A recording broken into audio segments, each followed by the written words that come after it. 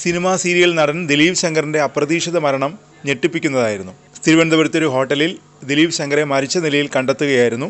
അതിനിടെ Dileep ശങ്കറിൻ്റെ postmortem report പുറത്തു വന്നു. ആന്തരിക രക്തസ്രാവം മൂലമാണ് മരണം സംഭവിച്ചതെന്നാണ് പോസ്റ്റ്മോർട്ടം റിപ്പോർട്ടിൽ പറയുന്നത്. കരൾ രോഗബാധിതനായിരുന്നു ദിലീപ് ശങ്കർ. കരൾ രോഗം മൂലമുള്ള രക്തസ്രാവമോ നിലത്ത് വീണുണ്ടായ ക്ഷതമോ ആകാം മരണകാരണമെന്നാണ് പ്രാഥമിക നിഗമനം. മൃതദേഹം അഴുകിയ നിലയിലായിരുന്നു. അതിനാൽ കെമിക്കൽ പരിശോധനാ ഫലം വന്നാൽ മാത്രമേ കൃത്യമായ കാരണം അറിയാനാകൂ.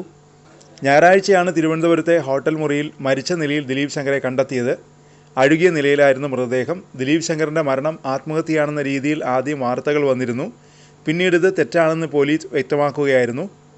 25 വർഷമായി സിനിമാ സീരിയൽ രംഗത്ത് സജീവമായിരുന്നു ദിലീപ്. ജൂഡ് അട്ടിപ്പേറ്റിയുടെ റോസസ് അറ്റ് ഡിസംബർ എന്ന സീരിയലിലൂടെയാണ് അഭിനയ രംഗത്തെത്തിയത്. MG യൂണിവേഴ്സിറ്റിയുടെ കലാപ്രതിഭ ബഹുമതിയുമായാണ് അദ്ദേഹം അഭിനയ രംഗത്തെത്തിയത്.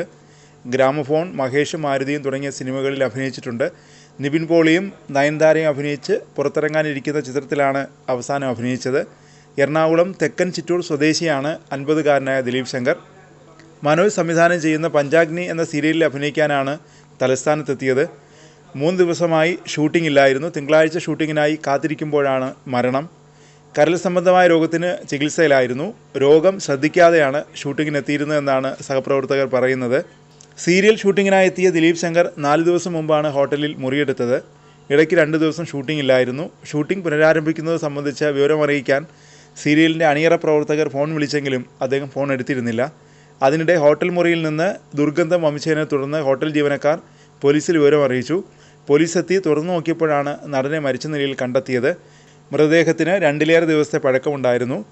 അഭിനയത്തിന് പുറമെ ബിസിനസ് രംഗത്തും സജീവമായിരുന്നു ദിലീപ് ശങ്കർ.